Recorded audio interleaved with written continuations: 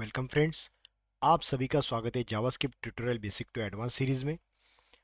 आज का हमारा टॉपिक है promise dot resolve and promise dot reject methods from promise API. इन दोनों मेथड को समझने के लिए मैं जस्ट आपको थोड़ी चीज़ें रिकॉल करना चाहूँगा, क्योंकि ये कुछ एडवांस टॉपिक या कुछ अलग से टॉपिक नहीं है। जो आपने ऑलरेडी सीखा है उसी को थोड़ा अलग वे से लिखने का तरीका सिर्फ यही है कि जैसे मैंने सपोज आपको पहले बताया था प्रॉमिस डॉट रिजॉल्व, ये एक मेथड हम देखेंगे और दूसरा मेथड देखेंगे प्रॉमिस डॉट रिजेक्ट। तो देखिए, मैं इसको डिस्क्रिप्शन भी बताता हूँ कि पहले मैं ऐसे लिखता था कि कॉन्स्ट प्रॉमिस वन, राइट।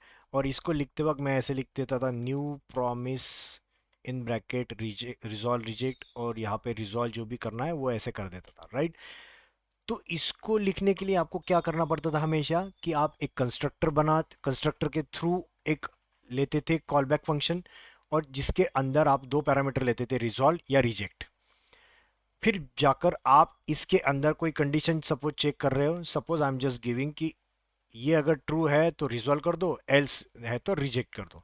इस तरीके से आपके पास कुछ ऑप्शन रहते थे, और ऑन दैट बेसिस आप रिजॉल्व या रिजेक्ट का लॉजिक लिखते थे। बट अगर आपको श्योर है कि कोई पर्टिकुलर थिंग आपको हमेशा रिजॉल्व ही देगी और कुछ सिनेरियो में ये हमेशा रिजेक्ट ही देगी, तो उस जगह पर आप इतना बड़ा सिंटैक्स लिखने से अच्छा है कि एक थोड़ा शॉर्ट में सिंटैक्स लिख सकते हो। जैसे कि सपोज मैं रिजॉल्व ही कंडीशन समझ के चल रहा हूं, और इसको मुझे रिप्लेस करना using the above API method. तो मुझे सिंपली लिखना है ऐसे प्रॉमिस टू, मैं नाम जस्ट प्रॉमिस टू देता हूँ और इसको सिंपली ऐसे लिख देता हूँ। तो देखो, रिजॉल्व के वजह से ये सिंटेक्स थोड़ा छोटा हो गया कि आपको ना कि एक नया प्रॉमिस बनाने के लिए ऐसे लिखना पड़ता है, ना उसके अंदर कॉल बैक लिखने की ज़रूरत है, और फिर जाकर उसके अंदर आप रिजॉल्व करते हो। मैं सिंपली सीधा लिख देता हूँ प्रॉमिस डॉट रिजॉल्व। प्रॉमिस ये इसलिए यूज़ किया है क्योंकि एक स्टैटिक मेथड है और क्लास के नाम के जरिए उसको कॉल होता है। तो सीधा लिख दो प्रॉमिस डॉट रिजॉल्व। ये कब यूज़ होता है, इसका सीनेरियो बताता हूँ कि जब आपको श्योर हो कि ये चीज हमेशा रिजॉल्व देगी, तो उस सिचुएशन पे आप इस तरीके से लिख सकते हो।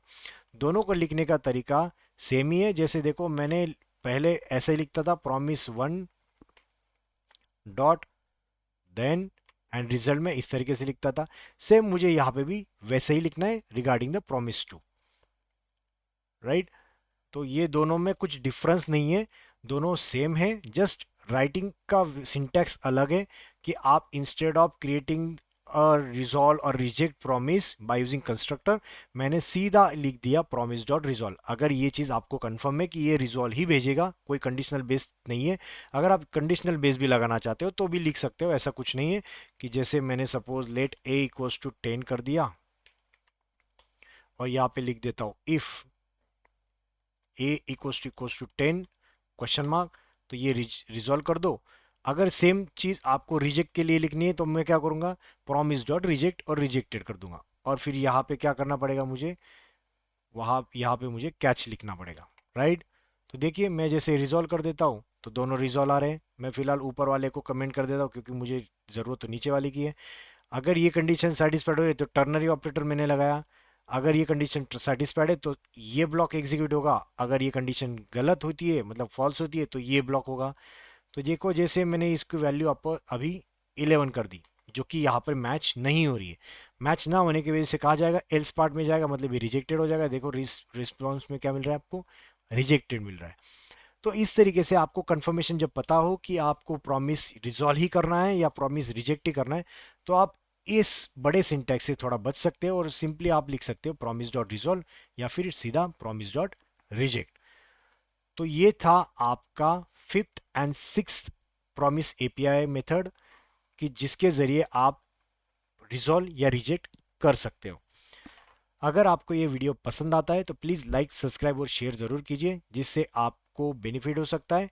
या फिर आप इस वीडियो की लिंक आपके फ्रेंड्स को भी शेयर कीजिए, जिससे उनको भी बेनिफिट हो सकता है। तो फिर मिलते हैं नेक्स्ट वीडियो में कुछ इंटरेस्टिंग टॉपिक के साथ। तब तक के लिए थैंक यू।